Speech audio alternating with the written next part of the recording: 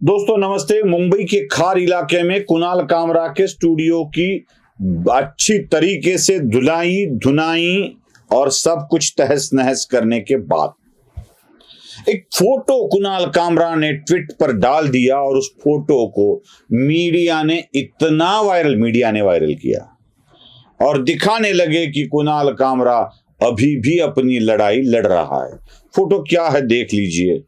वो संविधान की राहुल गांधी वाली कॉपी लेकर, वो लाल कलर का कवर वाला राहुल गांधी की कॉपी लेकर वो कह रहा है कि मैं संविधान पर चलता हूं।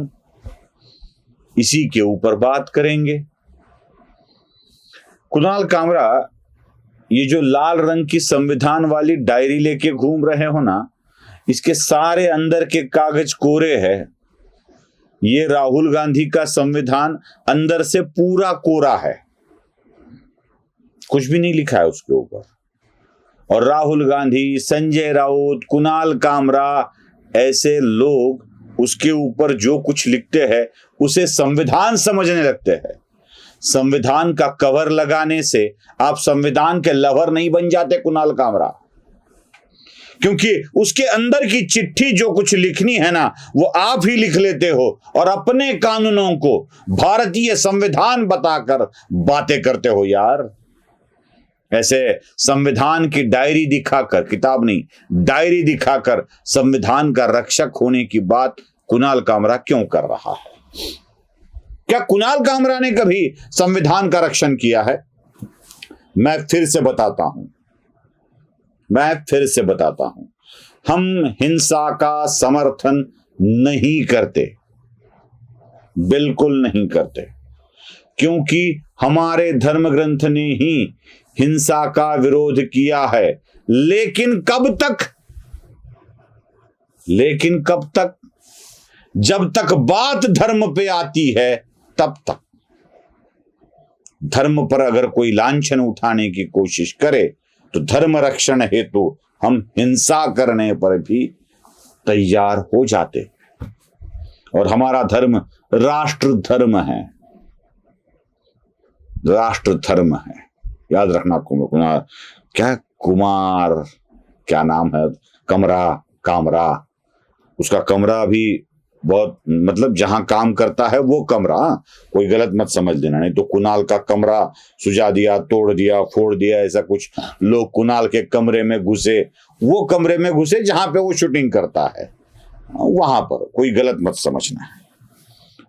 मैं ये कुणाल कामरा किस तरह की संवैधानिक बातें करता है यही दिखाना चाहता हूं।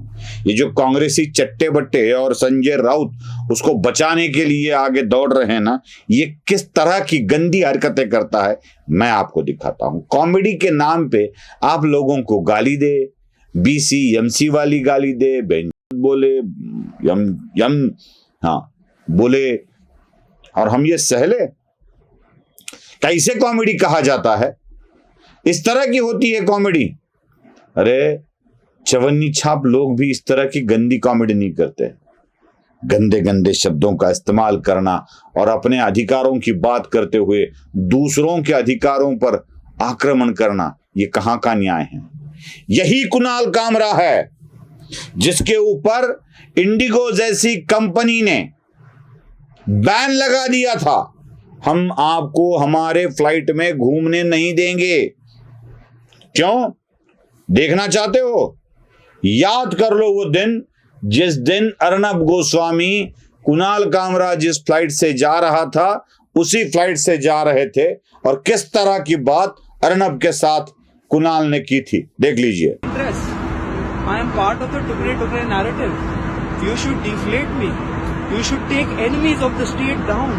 You should make sure that the country is in safe hands of Narendra Modi. You should fight against dynasts like Rahul Gandhi, who I support on 10th Tughlaq Lane. Arnab, you should have a reply, Arnab. Arnab, are you a coward or are you a journalist? Are you a coward or are you a journalist or a nationalist? Who are you, Arnab? Who are you? Tell me, Arnab. Tell me, I'm here waiting for answer. You will have no answers. As I expected, your cowardice has got the better of you. I wanted to have a conversation with you politely, but you do not deserve my politeness. You know, you do not deserve my politeness. And this is not for you. This is for Rohit Vemula's mother, who's... देखा, उसके बाद flight वालों ने ही ban कर दिया। मतलब दूसरों के अधिकारों को छीन कर अगर कुणाल कामरा इस तरह की गंदी हरकतें करता है तो उसके साथ क्या करना चाहिए। मैं होता ये बेचारा अर्नब गोस्वामी था जो बातों से ही मारता है। अगर उस वक्त कोई और शिवसैनिक होता तो लातों से मारता। मैं मारता नहीं कि नहीं पता नहीं मुझे, क्योंकि इतना बड़ा है वो कि मैं कम से कम लातों की बात तो करता। ये अर्नब की मेहरबानी है कि उसने कानों में स्पीकर डालकर बैठा था। ये क्या बक रहा है उसे पता ही नहीं था और उसकी बकबक उसी ने शूट करके डाल दी थी सोशल मीडिया पर। मैं आपको एक फोटो दिखाता हूं जो इसी कुणाल कामरा नाम के व्यंग करने वाले और मानसिक रोगी ने डाल दिए थे। हरामखोर तो नहीं कहूंगा, मुझे कहना है, नहीं कहूंगा। मुझे एमसी कहना है, मुझे बीसी कहना है, नहीं कहूंगा क्योंकि मेरे संस्कार नहीं हैं। आज जवान वो बात करने को कतरा रही है, नहीं कहूंगा। मैं बहुत सारी बात आज बहुत सारी उसके लिए कही है, मैं नहीं कहूंगा क्योंकि आप लोग घर में सुनेंगे ना। मैं नहीं कहूंगा इसलिए कि संस्कार की बात इसलिए कर रहा हूं कि आप हो सकता है ये वीडियो घर में देख रहे हो, आपके बच्चे हो, आप बीवी के साथ हो, आप बच्ची के साथ देख रहे हो सकते हो, और उसमें ऐसी गंदी गंदी गालियों का शब्द प्रयोग अच्छा नहीं चाहता। अब आपको मैं एक ही बात बोलता हूं, जो भी कुछ गंदी गालियां आपके मन में आ रही है ना, वो मेरी तरफ से भी दे डालिए कमेंट बॉक्स में, कोई दिक्कत नहीं, कोई दिक्कत नहीं। उसके लिए गाली देना कोई बड़ी बात नहीं है। ये देखा हमने चित्र। अब ये चित्र में आपको दिख रहा है कि सर्वोच्च न्यायालय पर बीजेपी का झंडा लगा हुआ है। वास्तविकता यह है कि वहां पर तिरंगा होता है। तिरंगे का भी अपमान कर दिया यार इसने। न्यायालय जब इनको न्याय नहीं देगा तो बीजेपी का बन जाता है और इसे कॉमेडी कहा जाता है। ऐसी होती है कॉमेडी। अगर ऐसी कॉमेडी होती है ना तो अच्छा है हम कॉमेडियन नहीं बने, और ऐसी कॉमेडी होती भी है तो आज से कॉमेडी छोड़ दी, करना भी छोड़ देंगे, बोलना भी छोड़ देंगे, सुनना भी छोड़ देंगे। ऐसी कॉमेडी होती है तो ये तिरंगे का भी अपमान कर रहा है और तो और यह व्यक्तियों के साथ इस तरह की बातें करता है, उसके बारे में इस तरह की बातें करता है कि लोग चिढ़े। अरे गाने में अब पता चला ना कुणाल कामरा, जिस बाप के लिए बोल रहे हो ना, उस बाप के पार्टी को 20 जगह मिली है। लोगों ने खदेड़ दिया है, शिवसेना को खदेड़ दिया है, और उसके बारे में आप बात कर रहे हो। अरे एकनाथ शिंदे ने यह साबित कर दिया है कि पार्टी उसकी है, फिर भी गद्दार चोर कहे जा रहे हो। ऐसे करने वाले लोगों के साथ ऐसा ही होना चाहिए।